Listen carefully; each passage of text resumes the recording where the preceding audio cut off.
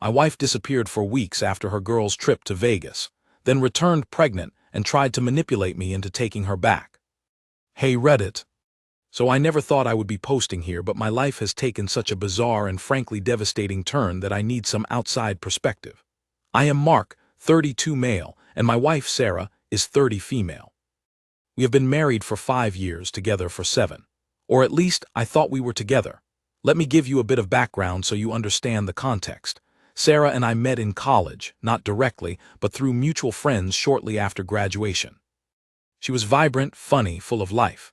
I was, and probably still am, a bit more reserved, steady, maybe even predictable. We balanced each other out, or so I believed. We built a comfortable life together. We bought a small house in the suburbs 2 years ago, adopted a goofy golden retriever named Max, and generally settled into a nice routine. We both have decent jobs, nothing spectacular, but enough to live comfortably and plan for the future. We talked about kids eventually, maybe in another year or two. Everything seemed normal, stable. Sure, like any couple, we had minor disagreements, usually about household chores or what movie to watch, but nothing major. No huge fights, no underlying resentment that I was aware of. I genuinely thought we were happy. Last spring, around late April, Sarah announced she wanted to go on a girls' trip to Las Vegas with her best friend, Jenna. They had been talking about it for ages, apparently. Sarah worked hard as a project manager, often putting in long hours, and she said she needed a break, a chance to let loose before we potentially started trying for a family next year. I was completely supportive. Why wouldn't I be? I trusted her. I figured a few days of fun with her friend would be good for her. Maybe I had a tiny, fleeting flicker of unease, the kind you instantly dismiss as silly insecurity, but nothing concrete. She seemed maybe a little too excited, a bit distant in the week leading up to it, but I chalked it up to anticipation and work stress. She packed her bags, kissed me goodbye, promised to call and text, and headed off with Jenna for a 4-day trip. Thursday to Sunday. Simple. The first day, Thursday, went as expected. She sent a few texts, pictures of the hotel, the pool, her and Jenna smiling with ridiculously large cocktails. She called me briefly that evening before they went out, sounding happy and maybe a little tipsy already. Friday was similar, a couple of texts in the morning, then radio silence in the afternoon and evening, which I figured was normal. They were probably busy having fun, sightseeing, maybe at a show or a casino. I sent a good night text, didn't get a reply, but wasn't overly concerned. Saturday is when the worry started to creep in. I sent a good morning, hope you're having fun text, no reply. I called her phone around lunchtime. It went straight to voicemail. Okay, maybe her phone died or the reception was bad. Vegas can be like that in some of those massive hotels. I tried calling Jenna. Same result, straight to voicemail. Weird but still explainable, I told myself. Maybe they were sleeping in late after a big night out. I tried again late afternoon, voicemail for both. Now I was starting to feel genuinely anxious. This wasn't like Sarah. Even on busy trips, she would usually check in at least once a day. I spent Saturday evening pacing the house, checking my phone constantly, Max watching me with concerned, doggy eyes. I tried calling every hour. Nothing. I texted again, asking if everything was okay, just to let me know they were safe. Silence. By Sunday morning, when they were supposed to be flying home, the anxiety had morphed into full-blown panic. Their flight was scheduled for mid-afternoon. I called the airline, trying to confirm if they had checked in, but they couldn't give me passenger information due to privacy policies. Understandable, but frustrating. I called Jenna's boyfriend, Dave. He hadn't heard from Jenna since Friday morning either. He was starting to get worried too. We compared notes, confirmed neither of us had heard anything. He tried calling Jenna's parents. They hadn't heard from her. I called Sarah's parents. Her mom immediately started panicking, which honestly didn't help my state of mind, but her dad was a bit calmer, asking practical questions. Had I checked hospitals? Had I called the hotel? I spent Sunday afternoon making frantic calls. I called the hotel they were supposedly staying at. The front desk confirmed they had checked in on Thursday but couldn't tell me if they had checked out or were still in their room. Privacy rules again. I was getting desperate. By Sunday night, when Sarah should have been walking through the door, tired but happy, there was just silence. An empty house. Max whining softly by the door. Monday morning, I went to the police station and filed a missing persons report for both Sarah and Jenna. The officer was polite, but initially seemed to think they might have just extended their trip or lost their phones. He took the details, promised to make inquiries with the Las Vegas Police Department, but cautioned me that adults have the right to disappear if they want to. That thought chilled me to the bone. Why would Sarah want to disappear? The next few days were a blur of fear and helplessness. I contacted everyone I could think of who knew Sarah or Jenna. No one had heard from them. I checked our joint bank account. No unusual activity, just the initial hotel charge and some typical Vegas spending from Thursday and early Friday. Then nothing. Her credit cards showed similar activity, then stopped. It was like they had vanished off the face of the earth after Friday morning. I couldn't eat, couldn't sleep. I took time off work, explaining the situation to my bewildered boss. My parents came to stay with me, trying to offer support, but mostly just adding to the tense atmosphere in the house. Sarah's parents called constantly, alternating between tears and accusations, as if I somehow knew where she was or was responsible. It was hell. Pure, unadulterated hell. The police in Vegas opened a case, checked hospitals and morgues, a terrifying thought, but found nothing. They interviewed hotel staff, but no one remembered anything specific about Sarah or Jenna after Friday. Security camera footage showed them leaving the hotel Friday afternoon, seemingly fine, getting into a ride share.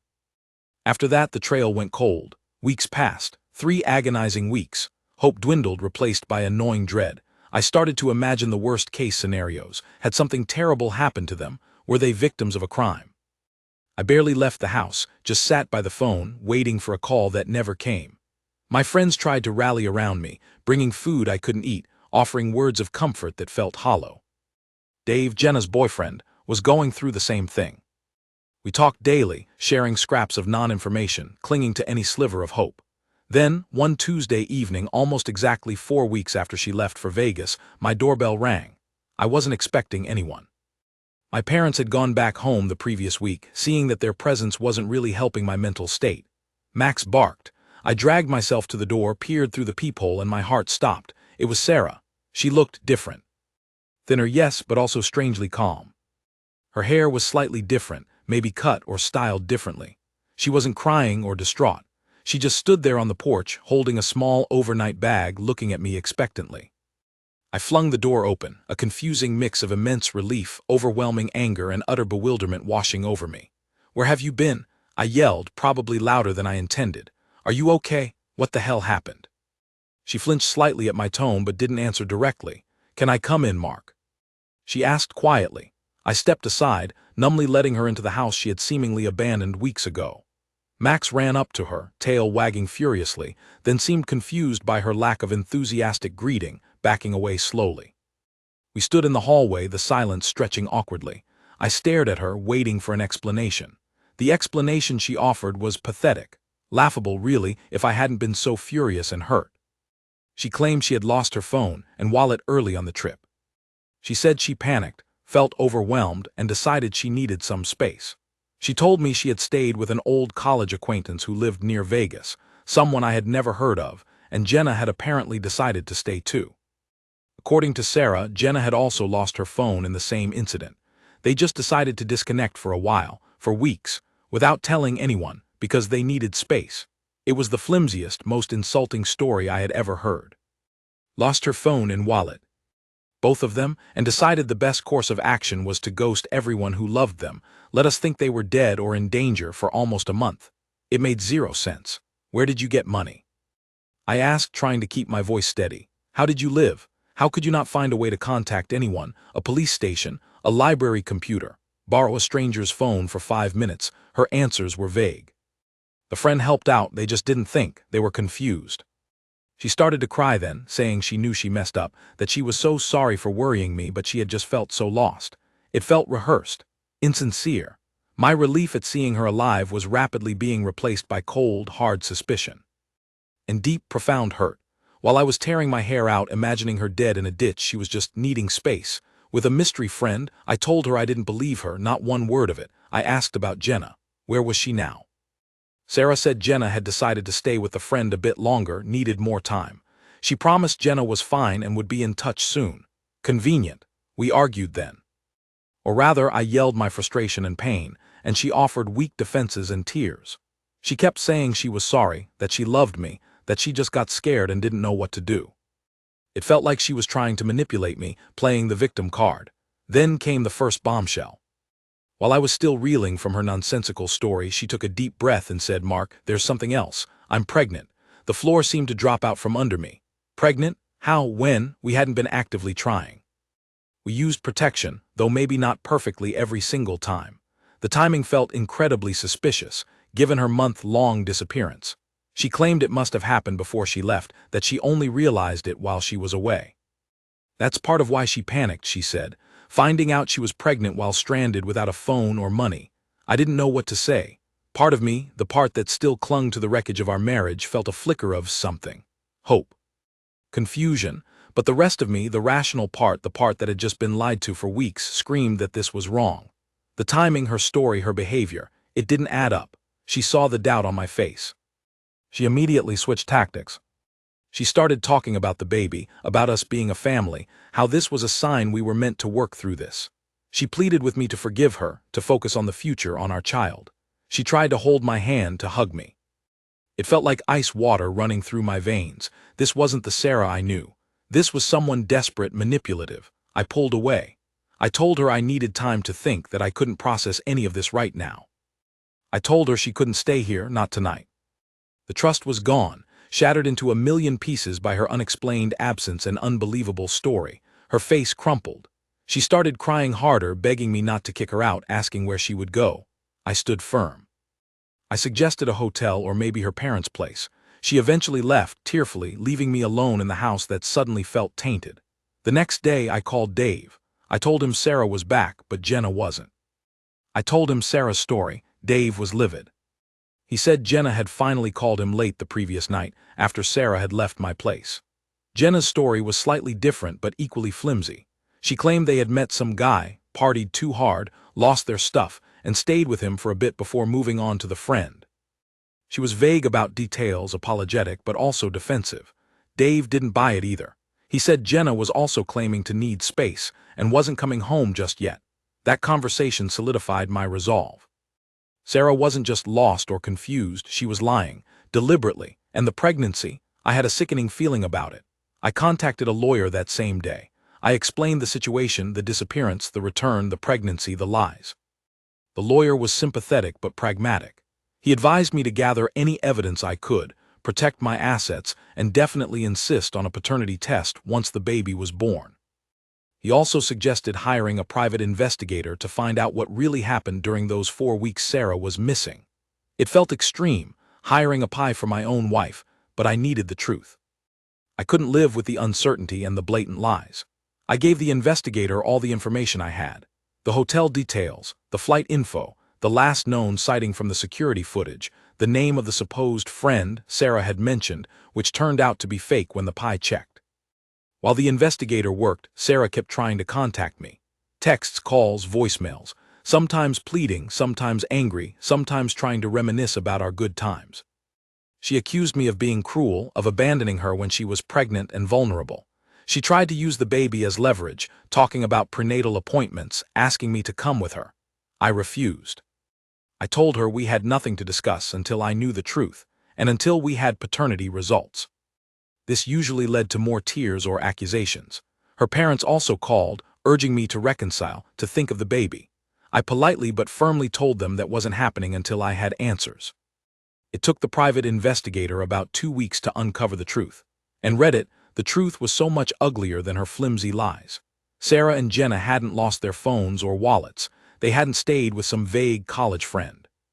They had met 2 guys on their first night in Vegas. Wealthy guys, apparently. They ditched their original plans, their return flights, everything, and spent the next month living it up with these men. They traveled, partied, stayed in luxury suites, all funded by these guys. The pie got security footage from different locations, credit card receipts, not Sarah's, but ones linked to the man she was with, even social media posts from other people that inadvertently captured Sarah and her companion in the background. The man Sarah was with, let's call him Chad, was married. According to the pie's findings, Chad's wife found out about the affair, or maybe Chad just got bored or spooked by Sarah potentially getting attached. Whatever the reason, Chad ended things abruptly and kicked Sarah out. Suddenly homeless and penniless thousands of miles from home, with the added complication of realizing she was pregnant, likely by Chad, Sarah had no choice but to crawl back to me. Her lost and confused act was pure damage control, a desperate attempt to salvage her safety net me. Jenna, it seemed, was still with the other guy, or perhaps trying to figure out her own exit strategy. Armed with a folder full of evidence, photos, timelines, financial records, I arranged to meet Sarah at a neutral location, a coffee shop. I didn't want her back in our house. When she arrived, she immediately started talking about a doctor's appointment, how she was feeling tired, putting her hand on her stomach. Standard manipulation attempt. I didn't waste time. I put the folder on the table between us. I told her I knew everything. I knew about Chad, about the lavish trip, about the real reason she disappeared and the real reason she came back. I laid out the evidence calmly, piece by piece. Her face went pale. The color drained completely. She tried to deny it at first, stammering about misunderstandings, but the proof was undeniable. She saw the photos, the dates, the locations. There was no arguing it. Finally, she broke down. Not the crocodile tears from before, but real, gut-wrenching sobs. She admitted everything. The affair hadn't started in Vegas. She had been communicating with Chad online for a few months before the trip, which was the real reason for the girls' getaway. Vegas was just their first in-person meeting. She confessed she had fallen for him, thought he would leave his wife for her. She admitted the baby was almost certainly Chad's. She then tried a final, desperate manipulation. She blamed me. Said our marriage was boring, that I didn't appreciate her, that I drove her to it. She said she made a mistake, a terrible mistake, but that the pregnancy changed things. She begged for another chance, for us to raise the child together, Chad be damned. She could learn to love me again, she said. We could fix this. I just looked at her. The woman I thought I knew, the woman I had loved and worried sick about, was gone, replaced by this stranger who had betrayed me in the deepest way possible, lied pathologically, and was now trying to pin her choices on me. I told her calmly that there was nothing to fix. Our marriage was over. The trust was obliterated. I told her I had already spoken to a lawyer and divorce proceedings were starting. I wished her luck with her life and the baby, but made it clear I wanted nothing more to do with her beyond the legal necessities. She was stunned into silence for a moment, then erupted in anger, calling me heartless, cruel, unforgiving. She accused me of throwing her out when she was pregnant. I reminded her that her situation was entirely of her own making. I got up, left the coffee shop, and didn't look back. It's been about 2 months since that confrontation. The divorce is moving forward. Sarah eventually contacted Chad, but apparently he wants nothing to do with her or the baby and has threatened legal action if she persists. She ended up moving in with her parents, who are reportedly mortified by the whole situation. Jenna also eventually returned home, facing her own relationship fallout with Dave, who broke up with her. I'm still processing everything. The betrayal hurts like hell, there's no denying it. The fact that she could lie so easily, disappear so completely, and then try to manipulate me with a pregnancy that wasn't even mine, it's staggering. Some days I'm just numb, other days I'm incredibly angry. But mostly, I feel a sense of relief that I know the truth and that I'm getting out. It's painful, but it's better than living a lie. I changed the locks, started seeing a therapist, and I'm leaning heavily on my friends and family who have been incredibly supportive. Max is also great therapy, always happy to see me. But sometimes, late at night, the doubts creep in. Was I too harsh? Should I have handled her return differently? Was cutting her off completely the right thing to do, especially given the pregnancy, even if it's not mine? Am I the asshole for refusing to entertain any possibility of reconciliation after what she did? So Reddit, I guess I'm asking, was my reaction justified? Am I wrong for drawing such a hard line? What would you have done? Update 1. Wow Reddit, just wow. I honestly didn't expect my post to get this much attention. Thank you all so much for the comments, the messages, the awards, and honestly, just for listening. Reading through your responses has been incredibly validating and helpful during this really shitty time. It's good to know I'm not crazy for feeling the way I do, and that my reaction wasn't completely out of line. Many of you shared similar experiences or offered perspectives that really made me think. I appreciate the tough love from some of you too, it was needed. It's been about 3 months since I wrote the original post, so around 5 months since Sarah reappeared. A lot has happened, mostly positive for me, thankfully. The divorce is progressing smoothly, mainly because Sarah hasn't really contested much. I think the sheer weight of her actions, and maybe pressure from her embarrassed parents, has kept her from fighting dirty, which I'm grateful for. My lawyer has been fantastic, handling everything efficiently and keeping me informed. We're close to finalizing the division of assets, which is fairly straightforward since we didn't have kids and most major assets like the house were things I had before the marriage or contributed significantly more to. She'll walk away with some savings, but the house is mine, free and clear once everything is signed. The biggest update, and the one many of you were asking about, concerns the baby. Sarah gave birth to a baby boy about 6 weeks ago. As per my lawyer's strong recommendation, we had arranged for a prenatal paternity test several months back, shortly after our confrontation at the coffee shop.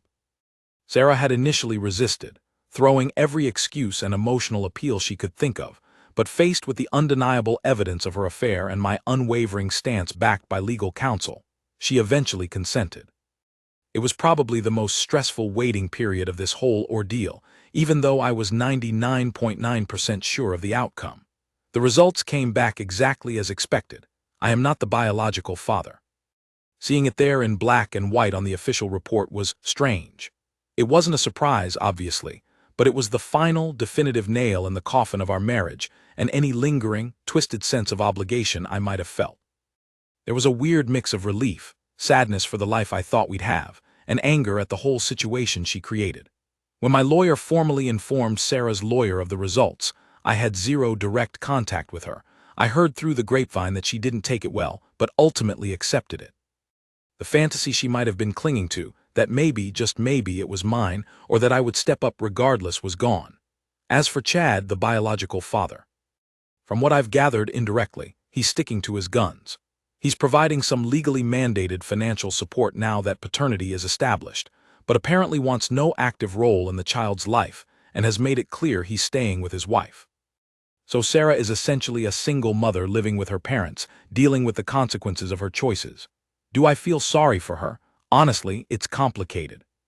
I feel pity for the situation she created for herself, and for the innocent child caught in the middle. But I don't feel sorry for her asterisk in the sense of excusing her actions or feeling obligated towards her. She made her bed.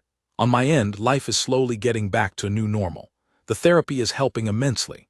Talking through the betrayal, the gaslighting, the manipulation, it's allowing me to process the anger and hurt in a healthy way. I'm focusing on myself, rediscovering hobbies I let slide during the marriage, spending more time with friends who have been absolute rocks, and reconnecting with my family without the filter of Sarah's presence. My parents are relieved I'm out of the situation, though sad about the divorce itself. Max is loving the extra attention and long walks we've been taking. I even reconnected with Dave, Jenna's ex-boyfriend. We met up for beers a few times. Turns out Jenna's story continued to unravel after she came home, and Dave found more evidence of deceit. He ended things definitively. We've kind of bonded over our shared, bizarre experience. It's strangely comforting to talk to someone who gets exactly how surreal and violating the whole thing felt. Work is good too. My boss and colleagues were incredibly understanding, and diving back into my projects has provided a welcome sense of structure and purpose. The house feels like my asterisk space again. I rearranged the furniture, painted a few walls, and packed away the last remnants of Sarah's things. It feels lighter, cleaner, so overall, things are looking up for me.